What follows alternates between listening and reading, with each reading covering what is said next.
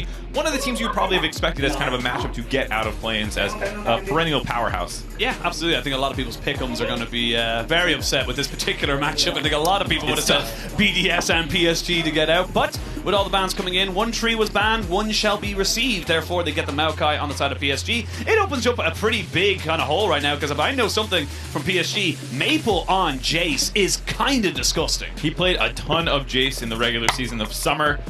He and Maokai can combo together. We saw it even yesterday, though it did not win the series against BDS. You saw how powerful it was against them. Almost able to take that one down. There was a lot of snipes on the Crownie, so we'll see if they can combo that Jace. Of course, neither Nuke or Adam are really Jace aficionados. They're probably not going to try and pick it away and separate that duo. Play the gods, Olaf na lang, Olaf left. Which is what they played last time in the Maokai. Yeah, it seems to be the kind of Sheo specialty right now. I know when I was casting the last series of BDS with Dagda, it is a kind of a little bit of a kind of sore spot, the jungle pool for Sheo. It's kind of like, right, if he doesn't get Maokai, if he doesn't get Sejuani, where does he really go? Yeah, the Ivern unfortunately found a way as well. But Rakan has been a huge pick as well, so that's going to be going over to the side of Labrov. Honestly, it's such a blindable support that you can put it with almost any matchup. And the Xayah off the board, it means that any AD carry can really go there either. But for PSG, I was going to say, they're going to probably lock in their solo lanes here. I don't think you want to leave open the Jace this low and going on. So you get the Kennen, you get the Jace, you lock in your top side. And that is scary as all hell. I kind of like the early Kennen at first. My initial reaction is, why are you picking this so early blind? But knowing Adam's champion pool, most of them are not great. Could you name it off for me if that's possible? Dogs, Darian, Darius, Olaf, Garen, Set. No, we're still waiting for the O in Olaf. We'll see if he ends up playing here, but most likely not into Kennen. I mean, at 6, maybe you can all in, but otherwise getting there is going to be pretty difficult. So we'll see what he wants to go there. Nuke going to tried and true Azir. Absolutely huge pick for him yesterday. There was a game where they were controlling 99% of that game, almost lost the entire thing, but Nuke was able to save it with his good Azir play. Yeah, I mean, the good Azir play and also the legacy of Shurima Tower killing off the Kai'Sa right before they literally nearly ended the game. So, you know, it's all mechanics, it's all part of the skill of the game. But now we're going to see a lot of focus coming out from BDS, just throwing in those support bans, making sure the Rakan has a good time. I wouldn't be surprised to see a Nautilus ban, just something that can deal with that kind of front load and engage. And then for the side of PSG, honestly, just start banning away maybe even top laners or even AD carries, to be perfectly honest. Just take away things that can maybe kind of burn down a lot of what you're trying to go for here on this basically dive comp. I like the respect Kalista ban, something that people had not had on Crownie's radar until yesterday, and then they saw it and they go, that looked bad. That's a beep. That was scary. We're going to ban that one out. So yes, getting the respect ban after one game on the Kalista. We'll see if he ends up going back onto Ezreal. Ezreal's here is a pretty common combination, but didn't love the early Crownie Ezreal, but maybe again that was that day one nerves where the team's not playing well as a whole. We'll see if he goes back to it here, looking like it based off these bans right now. And that's the thing, Crownie has been, when he's been given an AD carry that can have agency, that can kind of go forward aggressive, have their own kind of self-kiting tools like the Xayah, which we saw yesterday, or sorry, the day before. That is the kind of Crownie that we do expect to kind of be able to pop off. When he is on something that's a little bit more safe, quote-unquote, on the Ezreal that's kind of looking to more kind of poke things down before going aggressive, it's not as impactful, shall we say, but the last ban going to be that Renekton going in here. So BDS, they're probably going to pick up an AD carry, leave Adam for that counter pick, and I mean, then PSG, they're kind of just going to bring it all back. I mean, the Kai'Sa, for me, in a lot of senses for PSG, would work very well here. Yeah, you would think with Kai'Sa, Ezreal, Lucian, oh my god, but we haven't seen a ton of Crownie Kai'Sa actually so far, so might be a champion that he doesn't really want to play, generally speaking. And I will say, in the current composition, there's not a ton of dive to combo with, and you know, you can, Kai'Sa technically slots in anything, but she's absolutely at her best when there's other dive buddies that you're going into, and right now that's not how their comp is looking to function. It looks like a lot more front to back, and the Scion blind is definitely leaning more into stable front line, front to back DPS. Gods. You gotta add the S, the S at the end. Just learn a little bit usually. Yeah, just a little tired, because you've heard it so much. And Scion also gameplay, put you to sleep.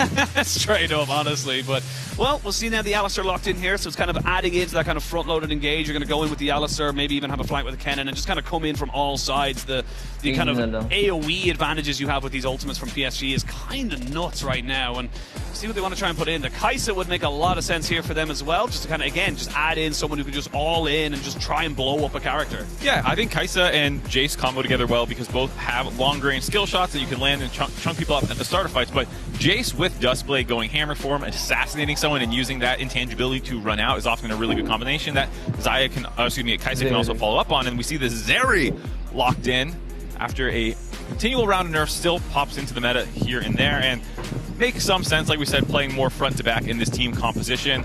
Not ito yung gusto ko sa team BDS. Because Kaisa can have a fun time against Ezreal if you ever get ahead, especially if you're going the lethality build, you're just pouncing on the Ezreal over and over again. I don't yeah, care. I mean, honestly, like for BDS, the longer these fights go on, you have things like a Zeri and a Nazir, just and a great front line, you will start to kind of burn through these health bars very, very quickly. They can just survive that first kind of initial attack from PSG. PSG kind of run out of options very, very quickly. They'll need to kind of almost reset the fight, kind of back away, and then come back at the fight from a slightly different angle. Unless BDS can kind of, you know, basically make a big mistake there, I don't really see how PSG can really kind of get around that. No, I mean, you basically either poke out at the start so that BDS can't walk forward, or like you were just saying there. And so, very interesting.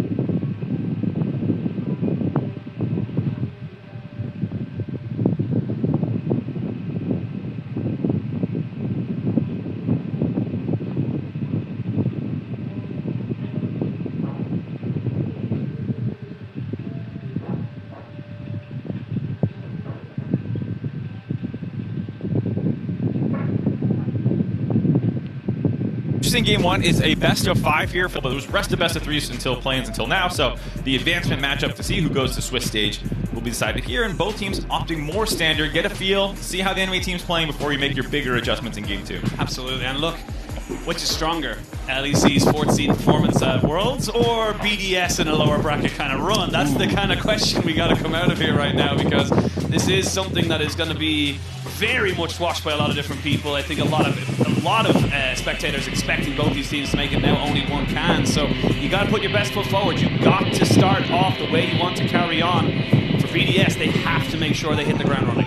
Yeah, big redemption available here for the European 4th seed as a whole. It's had some struggles with Mad Lions in the past, and day one was scary, but they have rallied and looked a lot better. They also knocked out Golden Guardian, so some successes thus far, but of course you are playing hopefully for the Swiss stage, and they have a tough opponent in PSG who is almost always there as one of the powerhouses, like we were saying. PSG, that's the thing, it's like BDS, the 4th seed from LEC. 4 seeds for LEC at Worlds. Swiss stage would be nice, but this is PCS's only seed left. This is the only thing they have to really kind of continue on with the tournament. So the VCS already got their seed in. They were guaranteed after the way the bracket went. So PCS, they don't want to fall down as a, you know, kind of a playing region that's not able to send their first seed off to the grander stage. Yeah, and I think relying on Maple, who has come back to the PCS after that stint on TSM in North America, instantly back on the world stage, joining the #1 seed with PSG, and helping guide them. I think you've seen a lot of Maple's strengths on a team that can function and follow his leadership. They showed that graphic. 110 games of Worlds. 9th most. I believe moved up to 8th. We'll have to check if it's going to go up any more through play-ins here, but very, very impressive leadership out of him and helping lead this team through atypical play-ins. Yeah, BDS, they're kind of these players are looking to make that kind of legacy for themselves. They're very, very green. Single digits. Yeah, literally almost all single digits, if not at the start of this 0. And I mean, for people like Crowny and even Adam and stuff like that, it's kind of been a stage they've been looking to get on for so long. Obviously, Adam had done it before, but it just feels like this is the team they need to try and perform on. And for Crowny especially, it just feels like it's been a long time coming. Yeah, we'll have to see how much Adam can do on this side of pick. I did call it boring. However, there's the other school of thought, the Baus school of thought, made in Europe. And we'll have to see if Adam wants to go for some annoying proxy farming, dying 10 times, ulting down lanes left and right. And it does actually kind of match up with the way that Adam somewhat plays the game, where he is more roam-focused, more willing to take aggressive plays, and try and have a big influence on the map. And Sion can't do that quite well. Boss standard, made in Europe or fined in Korea. I don't know if they appreciated it. I don't know exactly how they feel about it, but Sheo, full clear on the top side. Now looking to see if he can maybe make something happen here. Dave's in a bit of a bad spot for Maple. You can see he really wants to try and just kind of get this one going, but right now just very, very aware that I don't know exactly where this Sejuani is, and Sheo was very, very patient for the moment. We'll see him now finally revealed. Gonna see a flash for flash. Nicely done there by Sheo. Always worth trading your flash for the mid laner's flash. Yeah, relieve some pressure, limit what Maple can do in the early game, and then just continue your clear onto the bot side of the map. Sheo already getting involved, and this is an interesting game to think about what each team's game plan is early on. I don't think there's one lane that you're necessarily trying to snowball. You, as PSG, you probably want to get some wards out, isolate Asha so you can just keep pushing in Adam over and over again, get some chip damage down that turret. And for Sheo, you can technically go to almost any lane at 6 especially. They'll all have setup, but there's not a single one where you have some game plan where it's like, we got to hold down this or save this lane. It's just, if we can get a Zero head, nice, or Zeri or whatever, but you don't have that many winning lanes naturally. It's a pretty even early game. And the thing as well with BDS and how they've played so far this play-ins, it has been, you know, up until the last series, very reserved, very kind of calm, cool, collected. Don't need to go for anything too crazy right off the bat. But, I mean, this composition is perfect for that. The Sion will keep infinitely stacking. The Azir is a late-game god, as we all know. And the Zeri is doing Zeri things, pew-pew. And this is kind of the way you're going to go for it. But now Sheo looking for a re-gank here into this mid lane. Maple, yeah, he's going to have the Hex Flash jumped on top of him. They will get the knock up and the CC down. The first blood goes over to the Rakan, and BDS are on the board. Labrov and Sheo comboing together again. They were fantastic yesterday as well, working together to make a play happen. Sheo burning that flash early and instantly the repeat gate to punish it. On the reset that came in, Labrov just showing up after clearing a ward bot lane instead of going back there, actually continues up to mid lane, linking up and making that play happen. And here, Adam, very aware that Junji is right there. Yeah, very aware, and you can see him just kind of constantly just staying closer to his towers. There's no real chance of a CC. Chain coming in now. Junji's going to realize, oh, I'm caught between a hog and a very large man, but going to be able to walk out without any real problems right there. Adam, very respectful, knowing that his wave was pushing away from him, so he needed to try and just back away so he didn't get caught. Yeah, it's still slightly annoying for Adam, the fact that he couldn't get the wave in. Asha can kind of freeze it here. Junji is hanging around, making it annoying. We'll see if they can actually turn this kill. It will be difficult with Adam having his flash available. Yeah, I don't really see them kind of going for this one right now, but Asha's going to be able to kind of freeze this very, very effectively, and this is where the matchup really starts to become difficult for the Sion. And yes, he won't die, but he won't exactly be thriving either. No, you are a low econ tank jungler. You know, you take your money, stash it in the put it in your pillowcase. Yeah, you're not. There's no investments coming long term for him. He is going to be holding on as best he can. And I think it does put more pressure on Crownie and Nuke in these situations then, because I think Adam has been one of the most impactful top laners thus far in a meta where I think top laners have had a good showing in terms of impact. Nice combo. Nice. But yeah, I think you've seen Renekton's take over games. We've seen Rest with his Aatrox having good showings, even though they didn't win that game. You've seen that this is a pretty good meta for top laners if you're in one of the more bruiser champions to take over. Yeah, absolutely. For Adam, I think a lot of people were expecting Adam to kind of obviously, you know, continue with those bruisers. A little bit of a slightly different look here with the Sion low econ tank in the top side, but we'll see if it has the same kind of impact. Again, Sions have been throughout the meta, just one of those picks you can always go back to, you can always rely on as the worlds and metas change, because it's just that reliable. That decimating smash is so good, just keeping the wave nice and trimmed down. Yeah, and even when he doesn't have the best itemization in the world, like you said, just so much in the kit that allows you to scale up and be a front line. And I know there's a question of how good tanks will be. Currently, it does feel like they are behind some of the bruisers and carries, but if it looks like a good angle for it, you can always make it work. And on the flip side for PSG, I think there's going to be a lot of pressure on Wako. He's someone who I loved watching at MSI this year. He is incredible, and I want to see them get a little bit aggressive here soon. Start when the sixes come in. Hopefully find some plays with Junji and not just seed everything. Because this is what we kind of saw at a CFO, and BDS was very happy to punish it. And it's something that I feel like is sometimes a detriment to the PCS region, where they are just too happy to sit back, scale, not contest objectives, not really go for anything. And then it's third dragon, you're 4K down, you're on soul point for the entire rest of the game. Yeah, and you then have to fight every single moment of every single objective because there's nothing you can really do. And now you can see with Wako, knowing that the dragon just went down, he's going to have to play so respectfully because he doesn't have support. And that means a free turret plate goes over to the bot lane. Crownie going to drop down the ward as well to make sure he doesn't get caught out by Woody. But, I mean, right now it's pretty solid here from the side of BDS. The difference in the gold is literally the kill. That is it, and that dragon now as well. But nice combo. Not really going to lead to much else you would imagine. Maokai is coming, but knows he's on a ward, so no Nature's Grasp to really make this one happen. I will say Labrov going to bring the Maokai back over the wall. the Bramble Smash should just be able to kind of deter any other engages. But yeah, I mean, PSG, I mean, they looked for something, but I don't think it was there. I don't think it was ever there. No, just you land a combo, you see where it goes, and you don't want to flash, you don't want to burn any ultimates, so you just take it and go. And again, the scaling continues. I think from a scaling perspective, PSG is fine. Wako and Maple are obviously going to be fine. We saw exactly how good that can go. With Jimmy in yesterday, his Jace was incredible. Kennen will always be a threat to squishy backline members if you can find good flanks.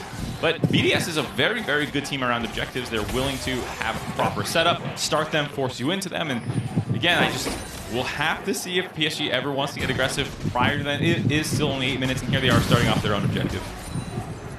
We had a little chat before we came online, obviously, in the green room, and we were saying, you know what? If this first game starts like that last game from GAM and Team Wales, we'd be very happy. I think it was like 27 kills in 22 minutes or something like that. Yeah. I don't think we're getting that, Mark. No. I don't think so. I think it's going to be slow and steady, sadly, does win the race for either of these teams. We're about to start talking about all the rotatos going on. Oh, wow, yeah, the bot side. You're in Ireland. You like potatoes. Oh, yeah, the crossover's there. There you go, man. The crossover the we never potato knew. Crossover. We never knew we needed, and you know what? We probably still don't. We thought about it, reviewed it. Shut down. No, thank you. BD came back and said it's a no. But I mean, yeah. I mean, for BDS, you're scaling. We've talked about that many, many times. But I feel like it is going to come down to that first big fight, potentially around this next dragon in 3 minutes, because you're going to have access to all those ultimates. You're going to have the slicing maelstrom and things that can just kind of close in on top of people on BDS. And on the other side of it, BDS are going to have so much time to kind of keep everyone at arm's length. This could be the big moment that kind of breaks this game wide open, or, like most of the time in these kind of series, I could be completely wrong, and nothing will happen. Yeah, maybe PSG will sack it, cross map, go to the strong side where they have the Kennen, get some plates down instead. Yeah. Maybe we'll just have no conflict. PvE game mode. Whoever farms best wins. They just agree at 30 minutes. Whoever has more CS. The other team. The 1v1 All-Stars. Like, first 200 row. The Caitlyn mirrors are just farming. No, not the best. Not cool the idea. Best. Execution.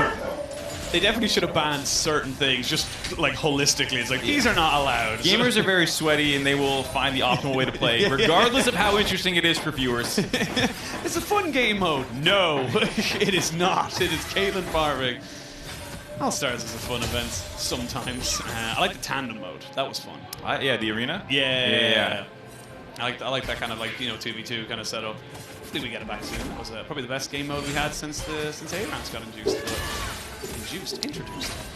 I'm still spamming ARAMs to this day. Me and Dracos did not have a good day yesterday on the Rift. the ARAM MMR has gone down dramatically. Dramatically dropped on our ARAM MMR, but we'll see now what's actually going to happen here. 1 minute 20 until that dragon. It looks like PSG not willing to sack side lanes just yet. I'm going to try and put down some pressure here in the mid lane. Shelly will get her charge off, doing her favorite thing in the world, which is bonking her head against large buildings. And yeah, I mean, they're just trading it. Crowny's just untouched here on the bot side, so I mean, this is just kind of how the game's going to go. We might see it engage at this dragon because there's decent war control from PSG, but I feel like it's going to back away and just try and, just posture around, lose this vision, unfortunately, for themselves. Yeah, a little surprising to see Sheo decide to go in there and trade ult for ult on the Alistar. Will make engaging on Alistar a lot riskier if you are going to get there first and have your vision set up, and Alistar is one of your primary engage tools. It's kind of nice to force that one out. As this dragon will be spawning, it won't have it available. The question is, do PSG even contest? I like trying to break Maple out of mid lane. Skier for Nuke to potentially try and wave clear if you can break that turret, but still 3 plates up. And then the flip side, I like BDS's response of kind of just ignoring it, letting it happen, and Crowny getting his own plates on the flip side of the map. The big thing is now we're going to see, just plays, it's just been finished up for Maple there. You got first items onto the 80 carries for the moment. TP will be available for Aja in a couple of seconds. This is setting up for a decent spot here for PSG if they want to try and contest and take this dragon. Yeah, we'll see if Aja can get his recall off and finish a Mythic. That would be huge to get this dragon contest more in their favor. You can see them already working down some of the wards here to try and find him a TP angle. TP is going to be coming in. That's Nuke on the bot side, just trying to keep himself separated away from Tunja and Maple. There is another TP ward there, pink just behind the Red Wolf, so that could be a place for Adam to look for a bit of a flank. You can see now the Dragon going down very, very closely, and they're going to try and push them off. TP from the Kennen coming in. They've already caught out the Dragon and taken out the Sejuani. They're trying to turn back in. A slicing Maelstrom lands onto quite a few members. Can they finish them off? That is the question. The Scion's a beefy boy, but not that beefy at this early stage.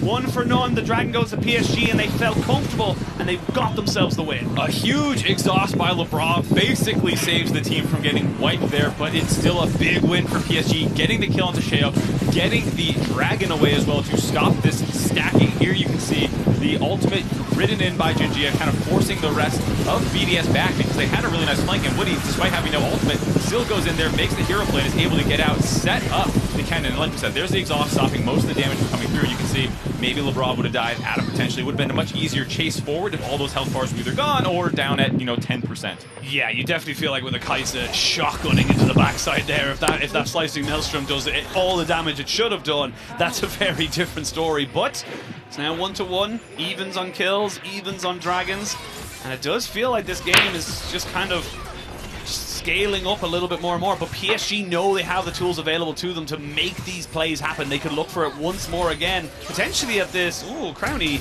Yeah, I was going to say, if he gets stunned there, he is almost certainly going to die, so has to flash away. Very unfortunate to lose his summoner there. Yeah, nice little punish by Aji. Getting in, getting the lightning charges down, forcing the flash. He did not have his own, because he used it in that dragon fight, excuse me. And here I gotta say, I do appreciate the aggressiveness out of PSG. Yesterday when watching CFO, that was a situation where maybe they just go for the Dragon contest and then back off, but PSG wanting more, finding their angle, and Aja being the main focus, having that Kennen picked early and kind of calling out Adam's champion pool, looking pretty good right now with a 40 CS lead, being able to get way ahead, able to have a big impact in these Dragon fights, and putting BDS now on the back foot after what was a really nice first blood in mid lane. Yeah, it really was, and I think that Aja is kind of being able to, he's got the coal, stacked it off, sold it, got himself very, very far ahead. Now, Adam should be able to finish off this turret, so it should be a trade on either side. Both these teams tit for tat for the moment as they look to try and just gain as much resources as possible. And with PSG picking this early kind of, top jungle mid, very much in the first 3 picks of this draft, it makes sense that they had a lot of priority here. It makes sense that the top half of their map is the one that's getting ahead. Yeah, I think so. I like the decision here. Aja getting the Rift Herald at the same time, most likely going to drop that one mid. BDS, like we said, going for more the cross-map play, knowing that PSG has overloaded the top side of the map. You can see the goal difference over time, powered by AWS. A nice recovery for PSG here, and I think it's going to put pressure on BDS around these neutral objectives to have better setups there where they're not all corralled on one side. They have this front-to-back team fight. You highlighted the flank ward that potentially Adam could have gone to. The impact of a flanking Scion is sometimes negligible because the team does not the deadliest. Yeah, you do your ultimate, you miss, you go flying past, meet up with the rest of your team. Yeah, it can be a little underwhelming, and I think with the amount of poke available for PSG, it does put pressure on BDS to find their own good setups, because if you're just getting chunked out, forced back by Maokai saplings and ultimate every single time, I wonder how they want to approach these in the future if they are going to try to flank Adam next time instead. That's what I love that you brought up the flank and kind of how Adam's not really on that bruiser as we mentioned earlier. He's on a tank that the impact is not as high as it usually can be. And unfortunately, I'm gonna kind of have to make a comparison. Is that if you ever watch the LPL, if you ever watch some of the Azirs we have in the LPL, specifically Xiaohu, he's the flanker. He's the one going bananas. For the crazy plays. Yeah, but that's the kind of impact he has to have, because when the Shy was kind of on these things like the Scions and the Orns and stuff like that, it meant that he had to be that impact player for his team, and I feel like Nuke kind of has to facilitate that role as well. We haven't seen a ton of crazy Azir engages out of Nuke yet. or the setback, use it to disengage, go for consistent DPS. Whereas, like you said, there's a lot of Azirs at Worlds waiting in the Swiss stage who are way more on the engager side, the setup. And if BDS are going to win the series, maybe that's the role they have to take, so that way Maple cannot just sit back and poke with Wako until they find their own time. We've got a lot of time.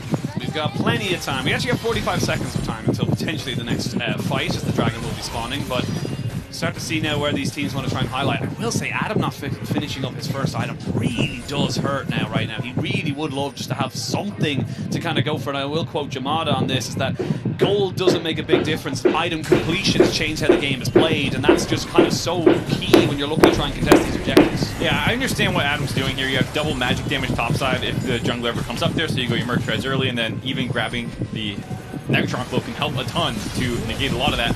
But does stop you quite a bit if you're not going to just finish that item first, and you're instead going to go back to what I assume will be Jack Show.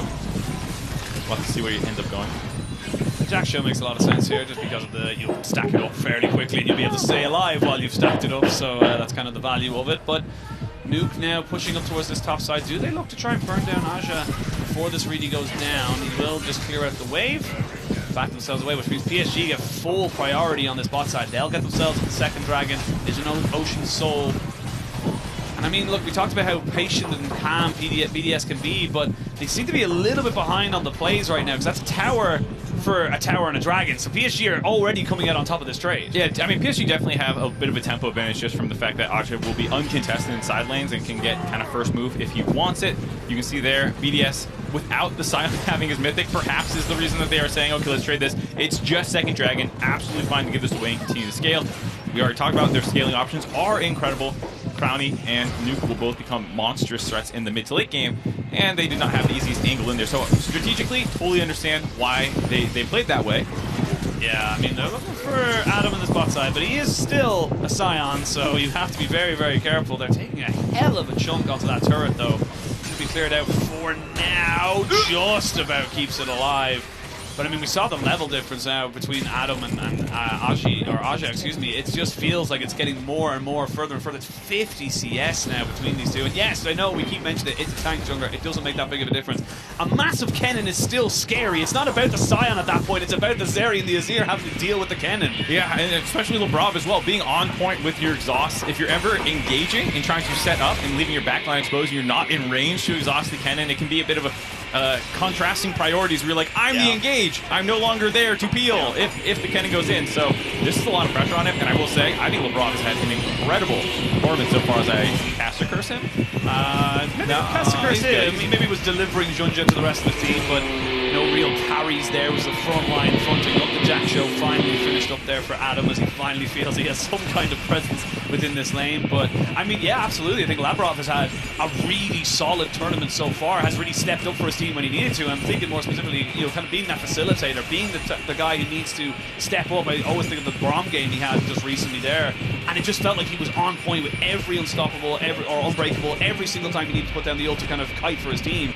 See if he can do the same, because like you said, he's kind of got, unfortunately, you know, damned if he does, damned if he doesn't situation of I go in or I don't, and either way I kind of screw my team. Yeah, and I thought the Terra game yesterday was great as well, having that little splash of creativity in your champion pool, because he is a lot of the times kiting back with the Braum. His most played is Rakan, so he is of course great on this champion as well. And here it is, primary engage. Of course, if you have Sheo, if he can snipe someone out with an ultimate and make it easy for the rest of the team, or if Adam can land a huge charge, great, but otherwise it's probably going to be him having to start a lot of the fights off for the side of BDS. Mark, how are we doing? With 2 kills in 20 minutes? I mean, you're LCS, I'm LPL. This is slow by any standards. 0.1 combined kills per minute is the gameplay I like to see. Let me tell you, I'm a pacifist. I know, but it's just... Unless I'm playing... I'm an entertainer. I'm a murder hobo in games. In real life pacifist. It was Baldur's Gate 3 going, you know. No one is safe. Must die. Thank you for saving our village. No. Do you have XP for me? You will die. 1 XP? Give it to me. I'll take it. It's like that Mega Mind meme. It's just like, I wouldn't say saved. I would say under village. Yeah, exactly. It's great to see what's kind of the next big play. But I mean, look, Baron is on the table right now, and it was something that BDS were willing to do the last time. As we see PSG finally pushing in to clear off most of this vision. There is a ward or two just kind of hovered around this Baron pit, so there is potential to kind of spot out what is going on. But I don't think PSG are going to pull the trigger on this anytime soon. No, I do like BDS kind of... The way they've been moving away from PSG and some of the power positions that they've been in. I thought yesterday BDS flowed between their plays very well, and I think in a situation here with how much damage they have on Baron, they can look for situations where PSG falls asleep at the wheel. You can maybe get damage over the wall. Zeri can hop walls, Sheo can hop walls, and Nuke can of course hit free from behind. And so there are some tricky plays for BDS here if they ever choose to do it. Yesterday they showed a more aggressive look where they were willing to kind of flip some objectives, and maybe that's one of their avenues here if they're trying to avoid straight up conflicts. Maybe you can look for some tricky Barons, but PSG is kind of all over that right now, given that the next dragon isn't spawning for another 45 seconds. Adam has done 1,000 more damage this game than Crown. How? the maths in my head wasn't computing right there. So I did get a little tidbit as well. Carney is 12 and 5 on Zeri for this. So, you know, big pogs. But thank you to Depa, our producer, for giving that tidbit of information. But I mean, it hasn't had the same little impact. He is 2 items now, so this could be one of those things where you bait out someone. You know, you haven't fought them in so long. Now all of a sudden they're huge. Yeah, well, I think this is the time to actually start contesting objectives. Like we said, Adam completing his mythic item, getting some more in his back pocket, as well as the 2 item spikes available for both Nuke and Crowny, actually. Crowny coming in there. It's 2.5 item. Go BDS, go PSG. I don't. Star smashing. Aja looking for something on the side here. They know he's there. Vision is being hotly contested. No one really has a full control, but it does feel like BDS are the ones more comfortable with this situation. Yeah, starting this one up, Aja is in the bot side, flanking a little bit, but BDS have control of the Dragon right now, leashed down to that side of the map. And Lebrov is marking Aja, knowing that he needs to keep that exhaust. Oh, it's going to be Adam dropping down his ultimate to get out of that particular fight. Now we might see the Dragon taken. That's going to be Soul Point now. PSG, there is the flank, and they knew he was there, but they couldn't stop it. The cleanse comes out after Shale threw down the Glacial Prison. It's a fight on 2 different fronts. You can see Crowny trying to see if he can put down damage here on the backside, doing decently into Maple. Pew pew. Can he do the Zeri things? Everyone's flashing away. Nobody dies. Mark, just how I want it. No bloodshed on the Rift. The objective taken. Everyone disengages. I gotta say, Jungle, what are you doing? Very few contestants. Forget the smite. This time around, Jujia is getting the better. That's 2 smites, I believe, that were contested, both going to Jujia, and now the Dragon stacking is truly a threat to BDS on Soul Point for PSG, and a nice disengage by both teams. I like the way Crowny and Nuke both get over the wall where they're then safe but able to still DPS here. And while the exhaust was slightly late, it was not onto the actual backline member. So Aja goes in here, finds this kind of angle. Lebrov does not actually get the exhaust quite down initially, but Crowny's over the wall and safe. Nuke was also safe that entire time, and they're able to keep kind of DPSing here safely without having any threat onto them. And then Crowny hops back over the wall and forces PSG into full retreat mode. The problem is, when you do not fight consistently, flashes are always available. Yeah. And the thing about BDS's comp is it actually has more mobility built into it outside of the initial kind of engage from Wako pressing ult. But Crowny has multiple, you know, mobility spells in your E. Obviously, you can shift in on the Azir, but with all the flashes available, it's so easy for PSG to disengage once the fight no longer looks good. And this is actually when I want BDS to get more aggressive. While the flashes are down on Maple, maybe you can find a play onto him. Yeah, well, we talked about the junglers. Our featured matchup presented by Mercedes-Benz, Junja versus Sheo, and so far Junja has had the winning of it. Aja has a flash. I wasn't going to go into Crowny there, but I mean, it is all about the junglers right now, and with so little kills going down, it does become about these big objectives. If you can get that smite down, you change the dynamic of the game, as Junja has, because they're on Soul Point. Yeah, exactly. You're on Soul Point. Also, it's an Ocean Drake, and so it'd be great for BDS against some of this poke and some of the saplings and the annoying things that can come through, if you can actually go ahead and get some free regen when you get poked. Not the case so far, and if PSG is able to grab this last dragon, there'll be no more ocean spawning, and from then on, the poke will stick. They've got a couple of dragons to get before then. 15 minutes or so of time before they would even really kind of go. You know what? Yeah, let's sign up for it. Let's go with the 7-dragon dream. No kills. Just keep PvEing away. This is like murder on me right now. It's like I'm building myself up. Like here it is. As an LPL caster, you got the scratch. Yeah, I know, right? Dude, you were supposed to be the Penta Penguin, or what is your title? Yeah, what is happening? Penguin. I don't know, man. All right, I used it all. Okay, I got 3 pentakills in You didn't save it for your best of 5. Yeah. I'm sorry. Okay, Crowny just had to get it beforehand. They were looking a bit shaky, you know, but. I mean, there's still time. We are getting to the point in the game where pentakills are actually far more likely than anything, to be perfectly honest. We are playing 2 of the leading champions all time with pentakills in competitive play. Zeri is not #1 yet, I don't think. I'd have to double check it. She might be. She might have overtaken. Might be just below it, because I know Gala got a couple of pentakills towards the end of summer. Kaisa was, I think, the #1. It was like 100-something pentakills across all pro play. Yeah. And then Zeri coming out, you know, years later, shot up the scoreboard. I think she's #2 now. Like Jinx is 3, I think. I forget the list. At one point, I looked it up because I was like, it kind of devalues pentakills on Zeri. There's like so many. There was 1 week where there was just like 1 in every major region. Yeah. Whoa. Oh, pentakill happen here right now. As we see Sheo gets a little bit caught up there. CC down, he's going to lose his aftershock and he gets taken down. Wako with 1 kill. There is the slicing maelstrom to try and slow the retreat. The exhaust comes out. Aja has to back away. He's taking a lot of damage and he flashes out. Adam is TPing in. He's going to ult straight away, you would imagine, to try and catch somebody out.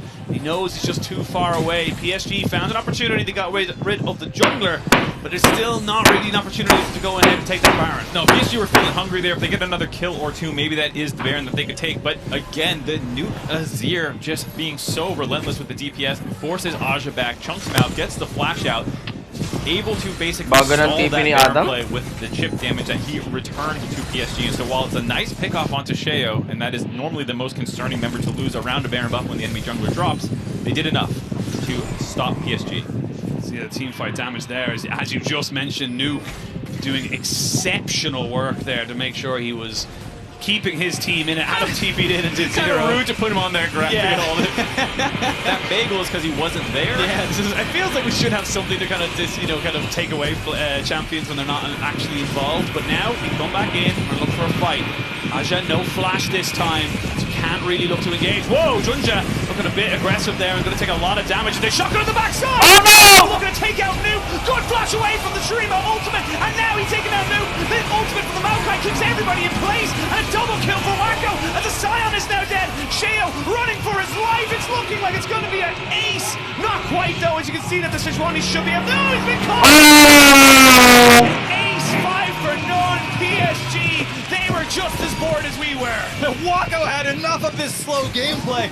Just Dapat naman yung Kai'Sa goes in on his own and mechanically outplaying that to win that fight, get soul point for his team, and set up the Baron now for PSG, breaking this game wide open. Huge moment, and Wako deserves every single bit of praise right now, because Junja, he overextends. Yeah, this is one of those classic Maokai, whoa, going on a ride. Did not mean to do that. And then this is a moment where Wako sees his angle, but with flash and ultimate still available, wow, this is a dangerous play to go for. Wako was getting super hyped up at MSI for a reason, arguably the best marksman player in the playing stage, showing it off here, making a monstrous play for his team. I mean, huge moment there for PSG, and I mean, for BDS, it was just a really unfortunate moment there where Nuke and Crowny were separated, because that's why Wako felt so confident going for it. He goes, if I kill the Azir, no one is going to be able to hurt me. So he was right, and now BDS, they find themselves 7,000 gold down, an Ocean Soul, a Baron against them. They need to try and pull something out of the hat.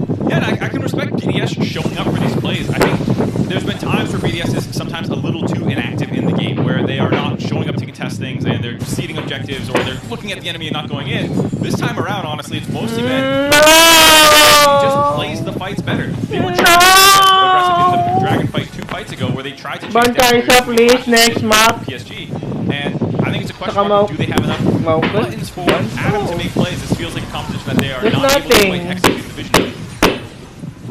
I think they brought up Adam as well, because it feels like this is just not what we want or what we expect from him in the top lane. Like, this is not how he performs. And even, we were talking about it in the Green Room on the day they lost against Team Wales, where it was like, even on the 1-5 Renekton game in Game 3, he still looked like the best player, and it's because he's Junja going forward again. He's pretty tanky, and they're going to have to try and help him out. He will eventually go down to the tower. Crowny picks that one up there. Eventually, he does get punished for going a little bit too far forward, but the base has been cracked. Yeah, fortunately enough, Aja was just pushing down in the mid lane there, able to break that one, but maybe Junji should stop pressing W on Sheo when he has his Arctic Assault up.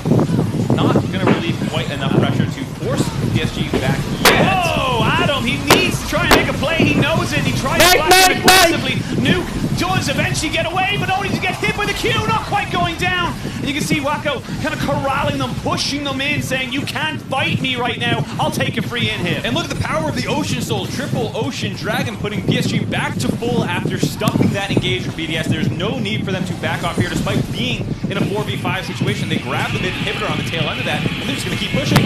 Keep going, get themselves the bot inhibitor turret, maybe the bot inhib as well. They go for a little bit more. They only have the Baron for another 30 seconds, so I imagine it's take this and get yourself back out, spend all that lovely gold. It looks like it's going to be exactly that. They're even going to buff up the minions in mid lane just to make Sheo's life that little bit harder. But, I mean, BDS, I think it's fair to say they're in a hole. They are in a lot of trouble. I'm glad that they were able to find a punish there. Adam went for a play, flash Q on Zion is hard to pull off though. God loves a trier, you know. Like, you can't say he didn't try his absolute best, but yeah, I mean, it kind of looks like a little bit of, I don't want to put too much, you know, words or feelings in anyone's place, but a little bit of frustration there. Adam kind of going like, we need to do something. I need to do something, and on a champion that's limited in terms of playmaking as Zion, that's all he could kind of do. Yeah, I don't blame Adam. It's not like he's having a bad game. Nuke is in trouble. Oh, Maple, blue suede shoes, just with the quick step. Yeah, the back step there, baiting the ult out, and Nuke finds that kill, and that might be game, honestly. There are neutral objectives not for 2 minutes, and they have open inhibitors in mid and bot. They might just try and walk in here, guide these super creeps in, and use this Ocean Soul to sit on top of BDS and just chip these turrets down and force BDS to engage onto them. Yeah, Aja has got a stopwatch it. He wants to go super aggressive, flash and slicing Maelstrom. He's going to TP, excuse me, he's not going to TP, and that's going to be Maple, the Spear of Shojin to kind of finish him off. There's even a GA on Zawaka, so even if he goes super aggressive, I'm watching Junya to potentially be the one to go aggressively onto this, but they can just keep everybody here, keep everyone pinned back in their base. Aja's doing this work, he's taking away the turrets. Yeah, they're fine. I mean, even if you're not going to end the game here, it's keeping BDS corralled completely in their base. With that Shojin, they can go the double shock blast for acceleration gate. A little busted, I'll say that. And just poke down the next turret. You're going to have triple inhibs. Should you not be able to end the game immediately, you can at least use this pressure to fall back to the Elder spawning in Baron in a minute and a half. Triple inhib.